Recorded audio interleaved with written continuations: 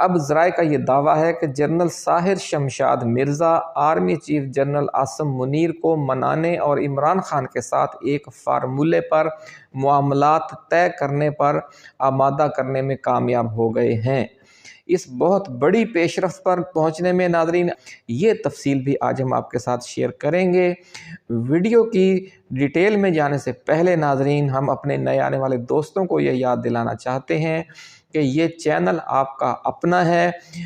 اور اس لیے آپ اسے سبسکرائب کر کے گھنٹی کا نشان ضرور دبا دیں تاکہ ہماری نئی آنے والی ایسی ہی ایکسکلوسیو اور ریسرچ بیسڈ ویڈیوز آپ کو بر وقت ملتی رہیں اور کوئی اہم ویڈیو آپ کی نظروں میں آنے سے رہ نہ جائے۔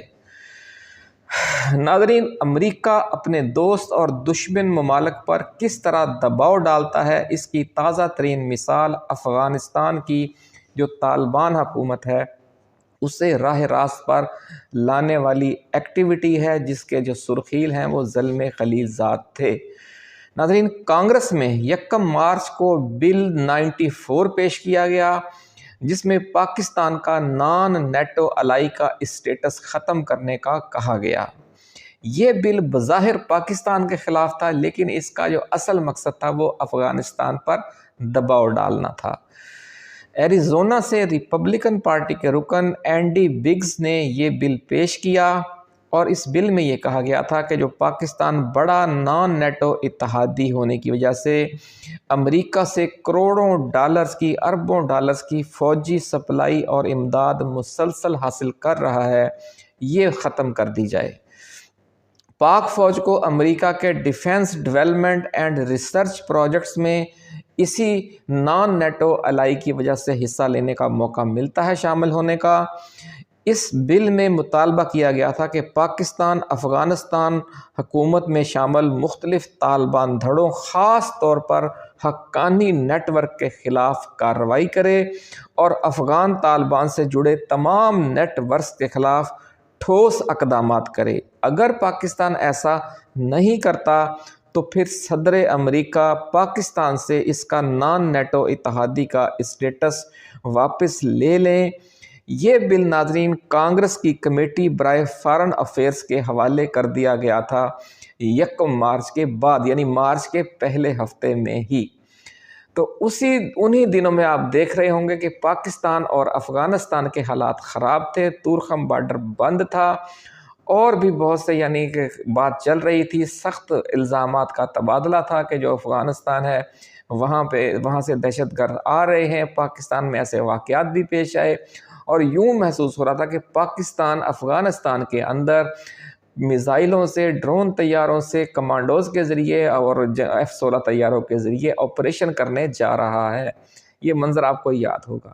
تو ایک طرف امریکہ سے یہ دباؤ تھا، دوسری طرف پاکستان نے بھی اس کی پوری تیاری کی ہوئی تھی۔ تو اس دباؤ کی وجہ سے جو افغانستان کے جو 2 دھڑے ہیں، یعنی حقانی نیٹ ورک اور ملا ہیبت اللہ اخوند زادہ کا جو امیر المومنین ہیں، ان کے طالبان کے امیر ہیں، ان کے درمیان اس حوالے سے کشمکش اپنی انتہا کو پہنچی ہوئی تھی کہ امریکہ کے ساتھ ہم نے لڑنا ہے یا ڈیل کرنی ہے۔ تو یوں آپ دیکھیں کہ کس طریقے سے ایک بل پیش ہوتا ہے کانگریس میں اور اس کے گرد پھر پوری ایک عمارت بنی جاتی ہے دباؤ ڈالنے کی۔ یہی فارمولہ پاکستان کے بارے میں بھی استعمال کیا گیا۔ جب ناظرین یہ دباؤ اپنے انتہا کو پہنچ گیا، جس میں امریکی صدر کو یہ پھر اختیار دیا گیا تھا کہ وہ ڈپلومیسی، اگر آمین ڈپلومیسی پر پاکستان اور افغانستان عمل کرتے ہیں تو پھر تو وہ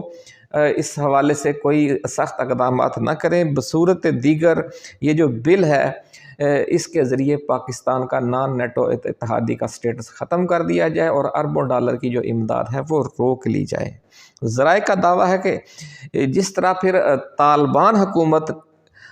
دباؤ میں آ گئی، یا ایک اس نے سوچا کہ اب امریکہ سے ہم نے کیا بار بار لڑنا ہے، اس لیے انہوں نے امریکہ کے ساتھ صلح کر لی اور یہ بل جو ہے وہ پیش ہونے کی اب کانگریس میں نوبت ہی نہیں آئے گی۔ ذرائع کا ایسا کہنا ہے کہ جو بل 94 ہے۔ اچھا جی، اب اس میں ہوا کیا کہ پھر افغانستان نے امریکی جو قیدی تھا وہ اسے رہا کر دیا اور امریکہ نے بھی جو حقانی نیٹ ورک کے سربراہ اور وزیر داخلہ تھے سراج الدین حقانی اور ان کے بھائی اور کزن، ان سب کے نام جو سر کی قیمت والی فہرست سے نکال دیے۔ تو ناظرین یہ ہوتا ہے قانون پیش کرنے کے مختلف قسم کے مقاصد میں سے ایک مقصد کہ کسی طرح دباؤ میں لا کر اس ملک کو، اس رجیم کو راہ راست پر لایا جائے، یا جو امریکہ چاہتا ہے اس سے ہم آہنگ پالیسی اختیار کرنے پر مجبور کیا جائے۔ اسی پالیسی کے تحت پھر زلمے خلیلزاد کا افغانستان کا دورہ بھی ہوتا ہے، اور یہ کہا جا رہا ہے کہ اب برف پگھل چکی ہے، دونوں طرف سے بہت سے معاملات بڑی تیزی سے آگے بڑھ رہے ہیں۔ اب اسی قسم کا بل ہے جو ولسن لے کر آئے، امریکی کانگریس میں پیش کیا ہے، جو انہوں نے پاکستان میں بحالی جمہوریت اور عمران خان سمیت سیاسی اسیروں کی رہائی کے حوالے سے اس کے بھی قانون بننے کی نوعیت نہیں آئے گی، نوبت نہیں آئے گی، اور معاملات اس سے بہت پہلے فائنل ہو جائیں گے۔ اپنی سابقہ ویڈیوز میں ناظرین آپ کو یاد ہوگا کہ ہم نے یہ امکان بھی پیش کیا تھا کہ یہ جو کہتے ہیں کہ جناب بل فلاں مہینے میں جا کر یہ قانون بن جائے گا، پھر 180 روز کے اندر صدر اس کو نافذ کریں گے، یہ ہوگا وہ ہوگا، تو اسی ویڈیو میں آپ کو یاد ہوگا ہم نے آپ سے کہا تھا کہ شاید یہ نوبت نہ آئے، کیونکہ اب جب یہ بلیک اینڈ وائٹ میں یہ بل سامنے آ گیا تو یہ ہماری رجیم کے لیے، ہمارے آرمی چیف کے لیے ایک بالکل کلیئر کٹ میسج امریکہ کی طرف سے کہ جناب اگر آپ ہماری بات نہیں مانتے اور عمران خان کی رہائی اور ملک میں بحالی جمہوریت کے حوالے سے جو ہماری ڈیمانڈز ہیں، اور جو بائیڈن سرکار کا مسلط کیا ہوا بائیڈن باقیات والا فارم 47 والا سسٹم ہے، اس کو اگر آپ ختم نہیں کرتے تو پھر ہم یہ کریں گے، وہ انہوں نے بلیک اینڈ وائٹ میں سامنے لا کر پیش کر دیا ہے۔ تو ذرائع کہتے ہیں کہ یہ دباؤ کارگر ثابت ہو گیا ہے امریکہ کی طرف سے جو ڈالا گیا، اور ذرائع کا دعویٰ ہے کہ اس دباؤ کو جو مسلسل بڑھتا ہی جا رہا ہے محسوس کرتے ہوئے پاک فوج نے بھی اپنی حکمت عملی میں تبدیلی کر لی ہے، اور اس حوالے سے جو فوج کے اندر انٹلیکچول ڈائلاگ جاری تھا جس کی ابھی ہم نے آپ کو خبر دی، اس میں بھی، اور جو پی ٹی آئی کے سربراہ عمران خان کے ساتھ اڈیالہ جیل میں ٹریک 2 مذاکرات تھی، اس میں بھی بڑا بریک تھرو ہو چکا ہے، یہ کہنا ہے ذرائع کا۔ ناظرین، chairman joint chiefs of staff committee general Sahir Shamshad Mirza کی سربراہی میں سینئر جرنیلوں کا ایک group army chief general Asim Munir اور ان کے خاص رفقۂ کار کو یہ باور کروانے میں کامیاب ہو گیا ہے کہ عمران خان کو اور پی ٹی آئی کو دیوار سے لگانے کی پالیسی کو اب ختم کرنے کا وقت آ گیا ہے، کیونکہ اگر آج یہ کام نہ کیا گیا تو پھر وقت ہاتھ سے گزر بھی سکتا ہے۔ ایک طرف امریکہ سے دباؤ بڑھتا جائے گا تو دوسری طرف پاکستان کے جو 2 قریب ترین دوست ہمسایہ ممالک اور دوست ممالک ہیں، سعودی عرب اور چین، وہ بھی مزید ناراض ہو سکتے ہیں، جو پہلے ہی بار بار بڑے طریقے سے عمران خان کی واپسی کا مطالبہ کرتے آ رہے ہیں، لیکن کھل کر یہ بات اظہار اس کا نہیں کرتے۔ اس لیے بہتر یہی ہے کہ پی ٹی آئی کی شروع ہونے والی نئی ملک گیر احتجاجی تحریک کو 26 نومبر کے ڈی چوک قتل عام کے انداز میں کچلنے کی کوشش نہ کی جائے، کیونکہ ایک بار پھر یہ راستہ اختیار کرنا ملک و قوم کو مکمل تباہی اور خلفشار کی دلدل میں ڈالنے کے اور گڑھے میں لے جانے کے مترادف ہوگا۔ ناظرین، ذرائع کا دعویٰ ہے کہ پاک فوج کی اعلیٰ قیادت پچھلے 3-4 ہفتوں سے اس حوالے سے مسلسل آپس میں مشاورت کے عمل سے گزر رہی تھی اور گزر رہی ہے، اور عمران خان کے ساتھ بھی اس دوران اہم مذاکرات اور پس پردہ خفیہ رابطے ہوئے۔ یہ کہا جا رہا ہے کہ ان مذاکرات میں اسٹیبلشمنٹ کی طرف سے اس خواہش کا اظہار کیا گیا کہ عمران خان اور ان کا سوشل میڈیا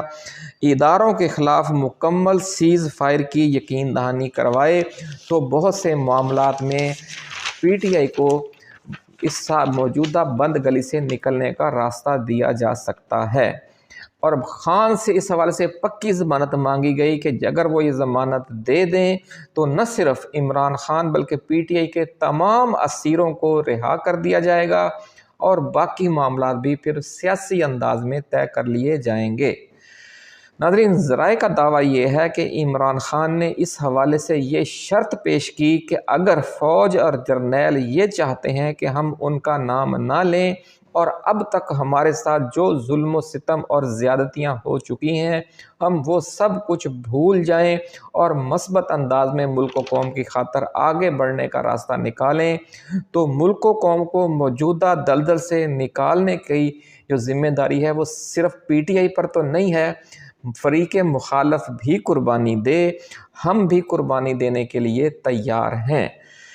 لیکن پھر انہوں نے کہا کہ ہم تو یہ قربانی دیں گے، اس کے بدلے میں اس کے عوض شرط کیا فوج مانے، وہ شرط یہ انہوں نے پھر پیش کی کہ پھر اگر ہم ایسا کرتے ہیں کہ ہم اداروں کا نام نہ لیں، ہم عاصم منیر کا نام نہ لیں، ہم کسی جرنیل کا نام نہ لیں، ہم 9 مئی کا نام نہ لیں، ہم 26 نومبر کا نام نہ لیں، ہم 8 فروری کا نام نہ لیں، ہم کوئی ذکر ہی نہ کریں جو گزر چکا، 100 گزر چکا، مٹی پاؤ دے آگے چلو،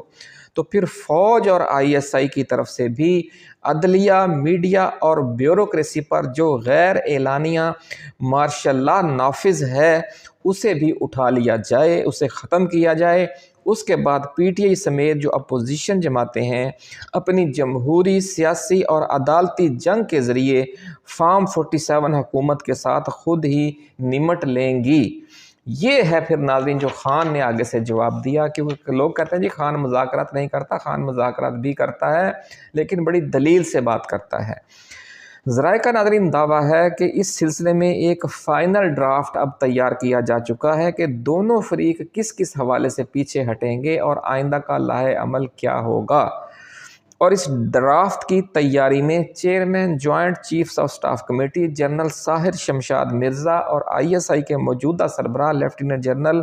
عاصم ملک نے انتہائی کلیدی کردار ادا کیا ہے، ایسا دعویٰ ہے ذرائع کا۔ ناظرین اس دھماکہ خیز پیش رفت میں پاک فوج کے چکوال گروپ کے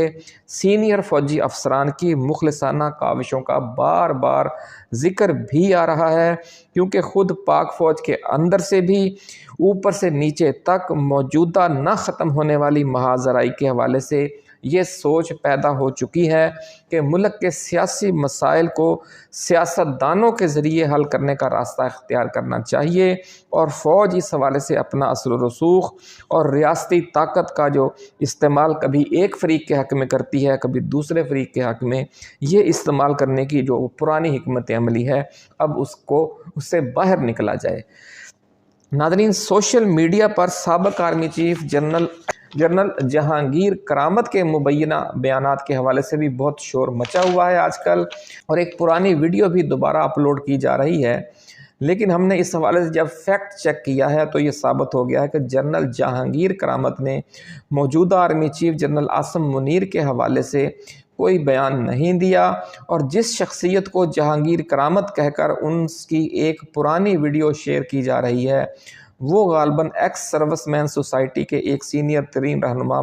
لیفٹیننٹ جنرل ریٹائرڈ محمود کی ہے، جو غالباً ایکس سروس مین سوسائٹی کے جو بانیان ہیں ان میں شامل تھے۔ ناظرین ذرائع کا کہنا ہے کہ پاک فوج میں سپاہی کے لیول سے جرنیلوں کی سطح تک چکوال گروپ ہمیشہ سے ایک اکثریتی اور مؤثر دھڑا سمجھا جاتا رہا ہے۔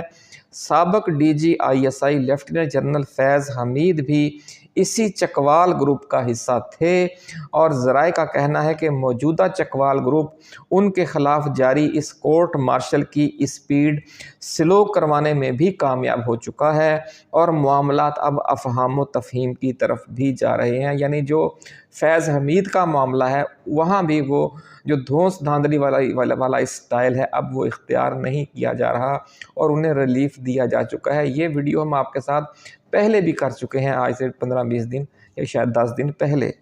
ناظرین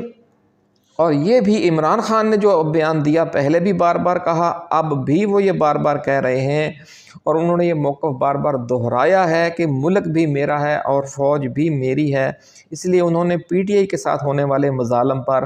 معاف کرنے والی پالیسی اسی وسیع تر تناظر میں اختیار کرنے کی یقین دہانی کروا دی ہے، تاکہ صوبوں کے درمیان اختلافات، ناراض گروپوں کے ساتھ معاملات اور سیاسی جماعتوں کی آپس کی کشمکش سب کچھ جو ہے وہ سیاسی طریقے سے آئین کے اندر رہتے ہوئے طے کیا جائے، اور ریاست کی طرف سے طاقت کو جو ریاستی طاقت ہے اس کو داخلی معاملات میں کسی صورت میں استعمال نہ کیا جائے، اور یہ جو سلسلہ ملک کے اندر غیر اعلانیہ مارشل لا نافذ ہے